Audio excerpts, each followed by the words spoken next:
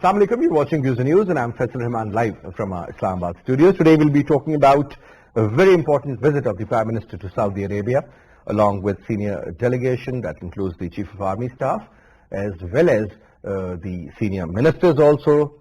Now the interesting part is that there has been a lot of talk about this on social media as well as on other very serious platforms, that what was the urgency of this visit, what was the content of this particular visit of the Prime Minister, because normally we end up hearing that mutual interest, this is a very common word, issues of that sort have been discussed, and other than that we normally end up hearing that regional issues were also discussed. So what exactly was discussed, what was the purpose of this visit, what exactly happened during these days where the Prime Minister was in Saudi Arabia. He also performed Umrah there. And other than that, let me read out the important features and then we'll be talking about that. First of all, Prime Minister Imran Khan paid an official visit to Kingdom of Saudi Arabia, KSA, from 7th to 9th May 2021. Now, it says that the ties between Saudi Arabia and Pakistan was also reviewed at all facets of bilateral cooperation and discussed regional and international issues of mutual interest. Exactly, this is what I wanted to talk about. This was also shown in the statement that was a joint statement by Saudi Arabia. The Prime Minister recalled his visits to the kingdom in 2018 and 19 as well as the historic visit of His Royal Highness the Crown Prince to Pakistan in February 2019, during which the two leaders jointly announced the launch of the Saudi-Pakistan Supreme Coordinational Council. If you remember, that was the time when the Saudi Crown Prince also said that consider me as an ambassador of Pakistan in Saudi Arabia. So that was a great statement coming out from Saudi Arabia. Further, as the two sides discussed ways to strengthen and enhance economic and trade relations by exploring areas of investment and opportunities available in light of the kingdom's 2030 vision. Now we'll also talk about that and Pakistan's development priorities emanating from a shift from geopolitics to geoeconomics. Now this is the most important and crucial part. It further says that in the constructive spirit of discussions, the two sides reaffirmed their full support for all the legitimate rights of the Palestinian people, especially the right of to self-determination and establishment of their independent state with pre-1967 borders. Again, Saudi Arabia, joint statement, very important. And the MOUs which were signed, let's also have a quick look at those. Number one, agreement on establishment of Pakistan, the Saudi Supreme Coordination Council, MOU on combating illicit traffic in narcotics, drugs, psychotropic substances, and physical chemicals. I mean, these are the chemicals which are primarily used in making drugs, like ice for that matter. A framework MOU between SFD and Islamic Republic of Pakistan for financing projects in energy, hydropower generation, infrastructure, transport and communication, and water resource development. I think Saudi Arabia is one of those leading countries where the water system, I think, is one of the best. They're also making water from the seawater, which is drinkable water, by the way. Cooperation agreement in the field of combating crimes. Agreement on transfer of convicted prisoners. So these are the major areas that we'll also be talking about. A quick review we'll take. But let me quickly introduce you to our panelists. We have with us in our studio, on my right is somebody who doesn't need any introduction, Dr. Parasa Saab, the senior journalist, known anchor person. Parasa, thank you so much for your time, sir. And especially during a live program right after Iftar. I mean, we really obliged. And we have with us Air Vice Marshal Faisal Saab, who's a senior analyst. And we have with us Ali Sarwar Naqvi Saab, former ambassador. Both these gentlemen are available on Skype. Thank you so much, sir, for your time for the program, sir. What a pleasure to have both of you. But let me put the first question to you, Prasad. Now, this very important visit, and obviously this joint statement which I am holding in my hand, it tells us the story. I mean, this is what it was about. Like, first of all, sir, if you may, let me put the first question, because if you remember, we were not sure whether the ties between Saudi Arabia and Pakistan were improving, were stalled, or were on a decline. So this particular visit, especially the last 2 days, were very important. The Crown Prince received our Prime Minister, especially not only at the airport but otherwise in his kingdom also. The point is that things seem to be perfectly fine, smooth, and moving in the right direction. And the kind of engagements that they have shown in their joint statement, I think they're very encouraging for both the countries.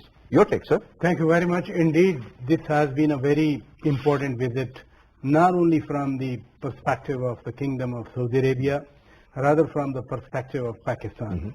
When you say whether the relationship was stalled or was on the decline, it had some problems. And it started with the beginning of the Yemen crisis.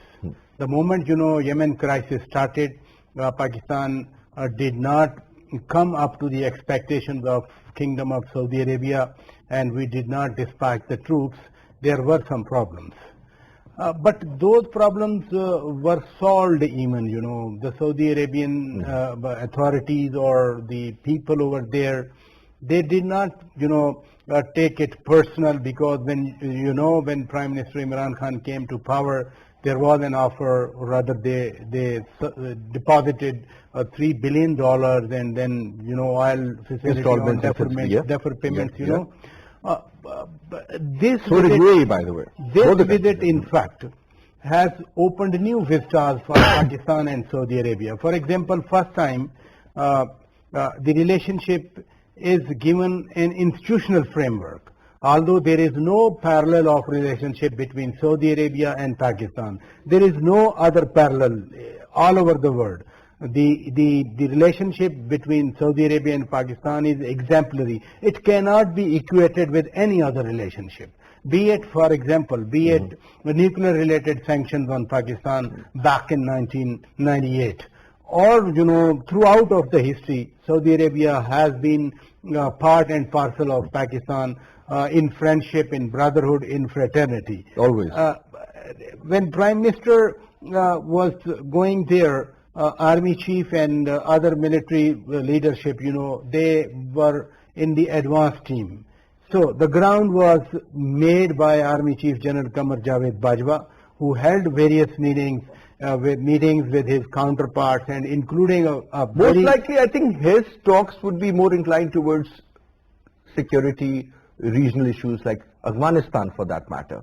But primarily, if you look at the MOUs, I mean, security has been very important. Combating illicit traffic in narcotics, that is again something, these were the MOUs. And perhaps another important area was about the Supreme Coordination Council. That's what how important that is. That's what I was saying, that this relationship is given an institutional framework now. That this Supreme Coordination Council, look at who is heading.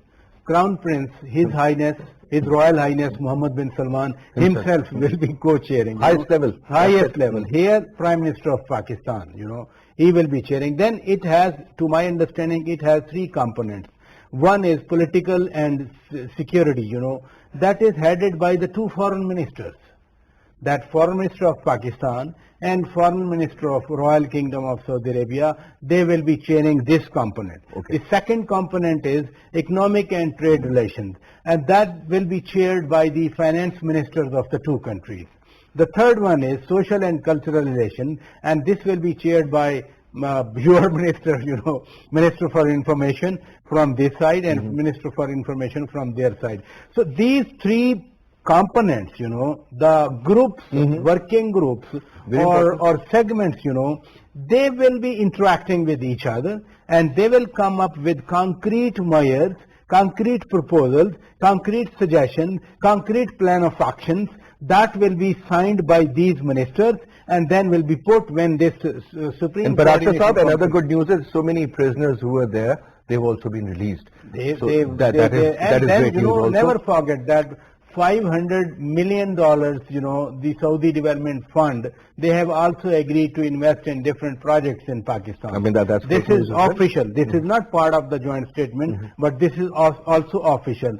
$500 million at this time of crisis, financial crisis, not only in Pakistan, especially when the budget is right around the corner. Exactly. Now coming to you, AVM Faisal, first of all, so your take on this very important visit, and then the approach of these two countries towards the regional issues. For that matter, if you talk about Afghanistan, where currently there's a ceasefire for a few days by the Taliban, but eventually the American forces will leave, so next couple of months would be really crucial. Your take on that part too, sir? So this is a welcome visit, which is to mend the losses that we suffered over the last 15 months. And there's a great diplomacy, most probably, defense diplomacy played a major role into this particular meeting, get together of the senior delegation and the senior leadership. Now, when you look at the context of regional context, the question is, why is such an importance of this meeting at this particular juncture? Correct. Now, for this we'll need to look at the strategic challenges faced by both the countries, that is Pakistan and Saudi Arabia. That's very important. Now, Pakistan's strategic challenge for quite some time, unfortunately, has been its own economy that has been in perpetual morass over the years, and where Saudi Arabia and other friendly countries have come to help us revive or put it in the right footing. It will take some time to get robust or get strong. So what are the strategic challenges of Saudi Arabia? Now, the strategic challenges of Saudi Arabia are also of economic nature. Now, the foremost is the Saudi Vision of 2030, which looks at Saudi Arabia going from an oil-based, oil-dependent economy to a non-oil dependent economy. And the biggest manifestation of that, one of the manifestations of that, is the Neom city that Saudi Arabia has announced that it will build from 2018 to 2025, and that is the major undertaking that Prince MBS has taken upon himself. That it is a major transformation. The other major transformation, or the major strategic challenge that Saudi Arabia has, is the rising dissent. Because of the certain measures that the government took in last 3-4 years, there's a dissent within the masses. They want better employment, they want better facilities, better healthcare, better education, better housing. So there is definitely a need. That too is related to the Saudi economy and Saudi economic transformation. The third strategic challenge that at the moment Saudi Arabia faces is Yemen. Now, Yemen is a thorn in the back, if you look at it in a manner that just probably last month, a couple of months back, Saudi Arabia offered a truce, ceasefire negotiations to the Houthis in Yemen, which they refused to accept. That's a major setback that Saudi Arabia has from the security perspective in the region. Now, let's go back to Yemen for a moment, and we'll come back to economy in the later part of this program. Yemen, where you see Houthis, they have control of over 80% of the country. They have complete control of the northern Yemen, and they have control over the capital, Sana'a. And the government is now confined to a nearby city, Marib, where the Houthis are progressing to take over that particular city of Marib, which is also a province name. Now, that is a very serious situation for Saudi Arabia. Now, coming to this visit, when Saudi Arabia wants to negotiate a peace or a ceasefire in Yemen, it wants to negotiate that from a position of strength. It doesn't want to go to the table by the dictation of the Houthis. So definitely at this particular moment... That is actually the bone of contention there, sir, and the way the Americans have withdrawn the support for Saudi Arabia and UAE against Yemen, I mean, that is also very important, and I think one should look at it. And secondly, now it seems, that proxy war is going to continue. You believe that, sir, this Syrian region, along with Yemen for that matter, is going to be the land for the proxy wars? Well, you're right, Faisal, but if you look at UAE pulled back its troops in 2018 for Yemen, and the Saudis have been primarily operating through air strikes in Yemen. So when you look at these things, and Saudis want to negotiate a peace where the Houthis have an upper hand on the land, then Saudi Arabia needs some friends, some support, physical support, to protect Saudi interest, not in the region, but let's say in Saudi Arabia itself. So my point is, Yep. at this time, Pakistan's support, all-out support to Saudi Arabia to defend its sovereignty and maybe through physical presence at its own borders will be a very welcome gesture, a very welcome kind of a gesture that the Saudis would be expecting. Again, after the negotiations, if there is a peace, Saudis would need feet on ground to defend their borders. And that is the time that probably Pakistan has always stood by Saudi But Arabia. sir, there is another story before I go to Ambassador Saab. Sir, this was, I still remember, and I can confirm it, at that time it was Pakistan PMLN's government. I remember the Minister for Production was, so who is that gentleman from Sheikhupura? Brigadier Rejaz. No, sir. Who was the Minister for Production? Minister for Production for Defense. Rana Tanveer Hussain, the former one. Yeah. Rana Tanveer Hussain. Rana Tanveer Saab, and I asked this question that even then, at that particular time, if you remember, sir, I'm talking about 7-8 years ago, the Saudis had demanded about 100,000 troops. Do you think, sir, this demand could be on table again? Yes, Faisal, this request could be there, and this probably, you see, Pakistan did the right thing in 2004 when it refused to go to Iraq, send its troops to Iraq to join the war. It again did the right thing when the parliament refused to send its army to Yemen. But now this time the case is different. This time the support that Saudi Arabia requires. But I mean, there are a lot of ifs and buts and angles attached to this particular decision also, that perhaps the Saudis can put pressure on the Indians that they should not use the Afghan soil to sort of destabilize Pakistan. Pakistan can only engage let's say 50,000, 60,000, whatever number, if the parliament approves. I mean, that is going to be a great gesture. But, I mean, this is going to be pretty complicated too. But coming to you, Ambassador Saab, first of all, sir, your take on this current conversation that we are having, sir. Do you think the overall executive decisions taken by the Prime Minister or the Foreign Office, for that matter, are right, in the right direction? And what about their, the future?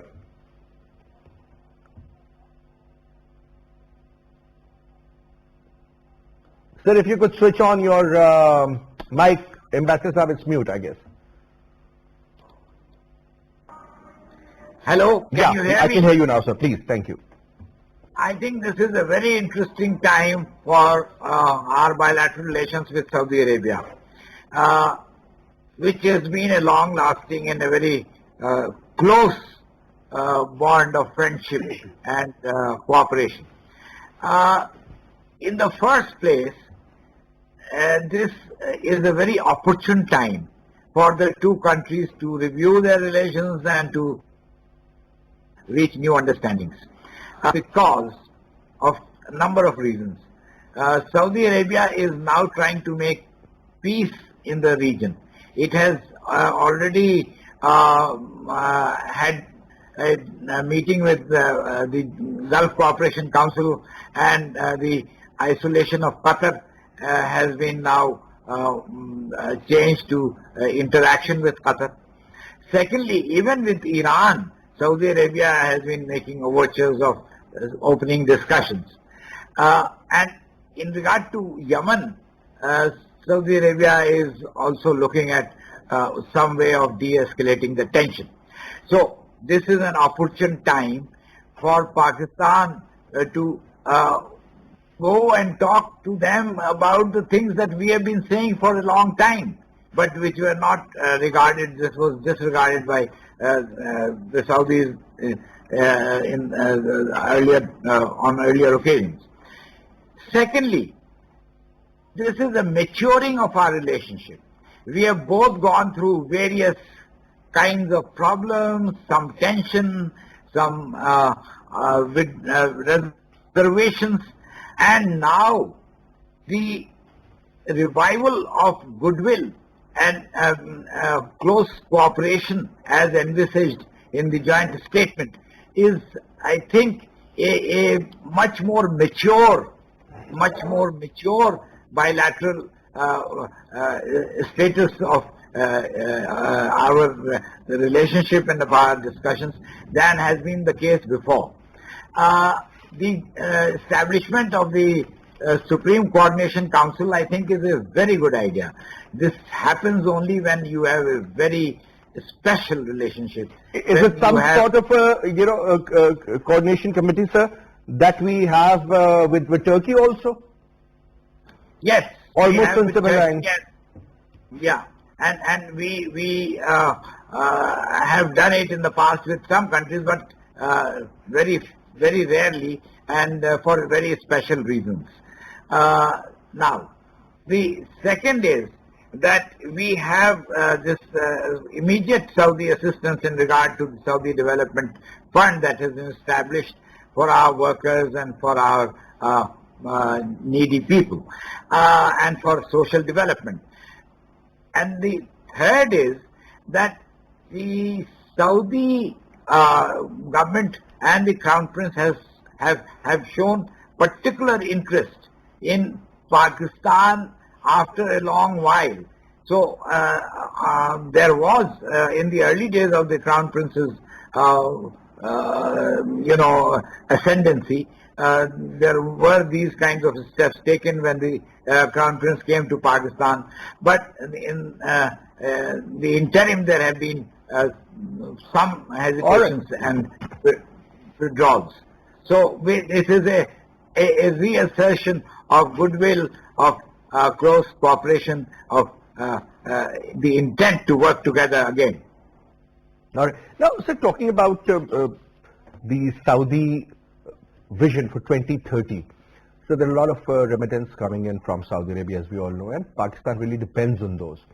And now, sir, if they plan to invest something like $500 billion, I was just thinking that, through remittances, if we just end up picking 5% of that to workers, I would say, by investing in a human capital so that, you go at a managerial level or at a higher level rather than at a worker level.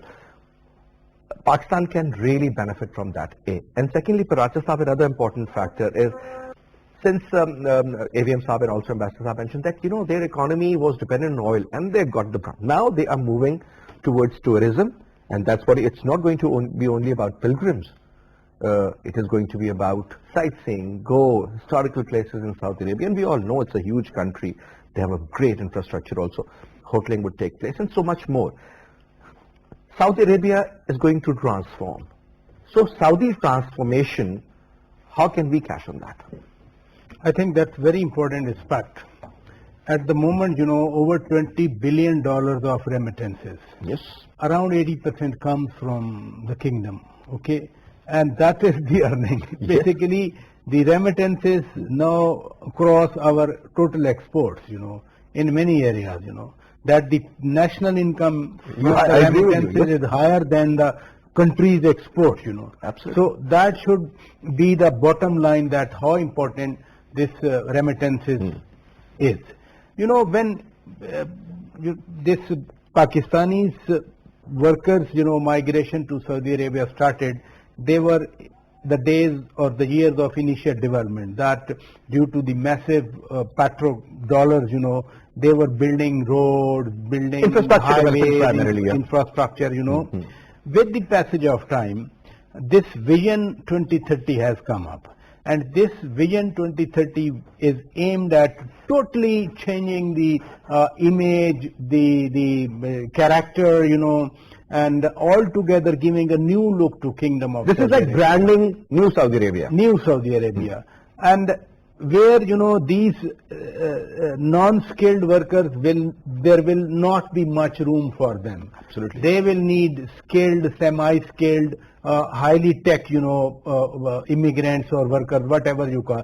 Especially the new, city on the north of Saudi Arabia, right across Egypt. That's going to be a huge project, big project, all over. It's going to be like a straight line. That's what we have heard. It's going to be very modern, pollution-free, and God knows the kind of ideas they have. They are unbelievable. There will be, what I heard, there will be a bridge across Egypt, So they will be connecting Red Sea, through a bridge, Saudi Arabia and Africa. Just Let me imagine. put this way, Okay. Saudi Arabia and Africa will be connected by road, Saudi Arabia is already connected with Bahrain by road, Yes.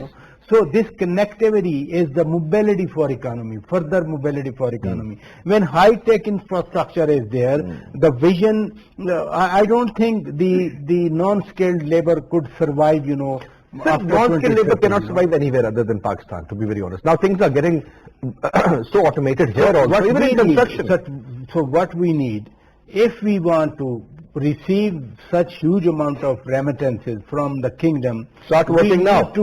we need to transform, we need to, make our own plans to frame mechanism that how we can produce such a skilled or semi-skilled workers or labor or manpower that the future requirements of kingdom can be met. Correct. I tell you one more thing, there is a large goodwill in Saudi Arabia. They consider Pakistan as their second home. And they love Pakistan. I mean, certain misunderstandings have been in the past, but overall, there is a very good image of Pakistan. And similar is here even. Absolutely, I mean, sir. if someone comes to Saudi Arabia, we always believe that some is a special guest coming from Holy Land. Absolutely, sir. So this goodwill among the Saudis, and you have seen that His Royal Highness Crown Prince himself came to receive Pakistani Prime Minister. So he was there in capacity of the Prime Minister of Pakistan. That's a goodwill. That's a reflection of the importance that Saudi leadership accords to Pakistan. So goodwill is there. Pakistanis has served there, and they acknowledge it that all the development, infrastructure development, that is partly because of Pakistan. Egypt, second country, Sudanese, they are working over there. They have a huge reception over there. Oh, yes. So Pakistan should make plans, whatever. And the I'm sure government this is might there. have been discussed, but I think a lot more needs to be done from our side. I heard that this matter was raised with His Royal Highness Crown Prince Mohammed bin Okay. Salman, that when you establish this new project rather, I must say. Yeah, it's a project. That Huge. for the manpower, Pakistan should be considered on top priority. I'm sure. So Pakistani leadership has already taken up. But this sir, the matter. question is again, you need to have that kind of a manpower That available. is the problem that I'm talking about. Exactly, because That first once we I should- had a word with Senator Anwar Beg Saab, because one of his son is into this business also. Exactly. The export of manpower. And they said that there are a lot of jobs available. We do not have the manpower. That's the problem. And that's everywhere. But That's everywhere But you can in the capitalize on world. that front. Yeah. Sir, even when Yeah. CPEC Exactly. was there, you exactly know what was going on. Yeah. But sir, coming to you, AVM Saab, another very important feature. When we say that Pakistan's shift from geopolitics to geoeconomics, obviously you're talking about trade, you're talking about investments, you're talking about money pouring in, joint ventures, so on and so forth. So those particular, I think, ideas have much more strength as compared to the old philosophy that's been prevailing for a very long time and hasn't sort of given any fruitful results. Your take on that part, AVM Saab? Well, rhetorically, I think this is understandable that the geoeconomics taking over geostrategic, but that never happens in any other part of the world. Geostrategic relations, geopolitical relations, and geoeconomic relations, they go side by side and they strengthen each other. Even in the case of Saudi Arabia, I think it's our defense relationship is at the back of our emerging or our desirous that we are desirous of the economic relationship. So it's good to change rhetoric, but the core of the matter remains that whenever we needed support from Saudi Arabia, this was in terms of job opportunities to our people in Saudi Arabia kingdom. And whenever they needed our support, it was in terms of our providing security to the Saudi borders. So that is the relationship, and that relationship has to remain in somewhat balance. Now what we see is that there's a desire by us that since Saudi Arabia in its Vision 2030 is not only seeing $500 billion in NEOM zone, but is looking at $3 trillion of investment till about 2030. Correct? $3 trillion of dollars of investment in Saudi Arabia, in which a substantial portion comes from outside, as they're seeking investments from the Western countries and the larger corporations to come and invest in NEOM. So that is a very huge plan. And definitely, at this moment, that plan is in its nascent stage. It's more or less a UAE model, sir. Yes, they are looking at city-state more on the pattern of Singapore and maybe on the pattern of Dubai. So it will have a different kind of a law, different regulations governing that particular city-state that they are going to make. So, but there is room for both non-technical, unskilled and skilled manpower, both in that particular project, a mega project that the Saudi Arabia is undertaking. We need to see the nature of project. They are calling it a city of future.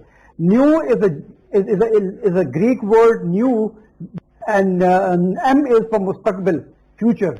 So it's a new mustaqbil, new future. So that is, they're looking at totally technologically established city.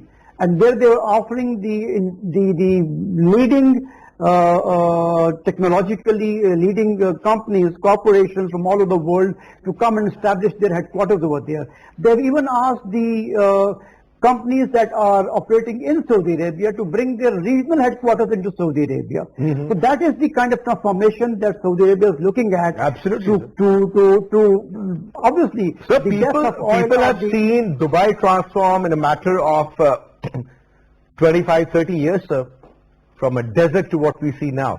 So Saudi Arabia, the kind of money they have, the kind of vision Crown Prince has, and I'm sure the time has come now, you know, that all dependence on the oil, perhaps where the prices practically went into negative, has really, you know, given a good jolt to the Saudi decision makers. Now, coming to you, Ambassador Saab, one important area, and that is about the way to boost the Pakistani and Saudi trade. Honestly speaking, sir, when we go to Saudi Arabia and we end up picking a Jayanamaz for that matter, or even a cap which we wear while we offer prayers, everything you get there, even a tasbih or anything of that sort, everything is made in China. Every single product which you pick up, sir, is coming from a non-Muslim country in Saudi Arabia. So what I'm saying is, I'm just giving a very basic example. But Saudi Arabia is a huge market. I mean, most of their fruit and vegetable comes from the other parts. They can afford, they can. Look at the other crops for that matter. I mean, and then you talk about so many other areas which I'm sure we never explored. Don't you think, sir, there are so many initiatives that Pakistan can take now even, which they have earlier missed? Yes, I think there are opportunities and there is a scope for considerable growth in our trade with Saudi Arabia.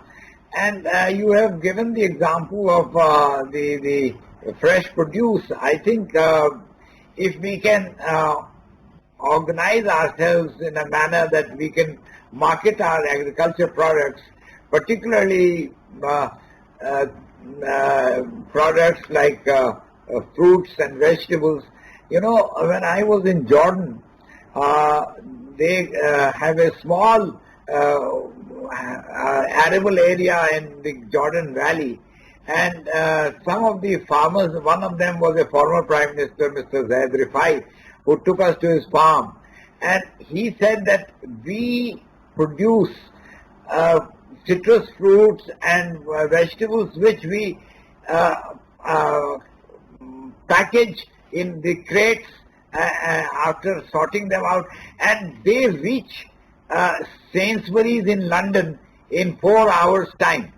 So it is fresh produce coming from Jordan straight into London. Yeah, exactly. If you look at the fourth unit, if you make it in Gwadar, I mean, Saudi Arabia and all these countries are right in front of you. No, we are not far from each other. So we can market our produce in Saudi Arabia in the same manner as Jordan is doing it with UK. So if this were to happen, we would be actually tapping a very big market, because it's a desert country and they require fresh produce of all kinds. But sir, the culture also supports lots of eating out, and you know, they love to eat. Saudis, I mean, the way... Yeah. But they love to eat, but they only have, lamb and mutton and yeah, they can't grow that. That's correct. Because that is what I've seen there as well, sir. Fruits, apples coming in from London, for that matter. You know, they get the best of the best from the world. I mean, even mangoes were coming in from Latin countries. So, and then India has occupied a lot of shares. We are very, we cannot generalize about Pakistan. There are Pakistani exporters who are such quality exporters, but they have a niche market and they don't talk about it, and they sell because they make their own profits and money. Now, if we could do it at the national level, we can really achieve a lot.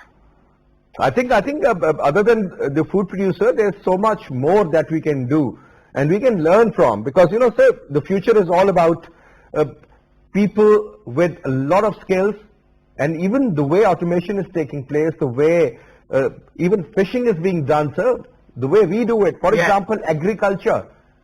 We are still using that 100-year-old technology for that matter, sir.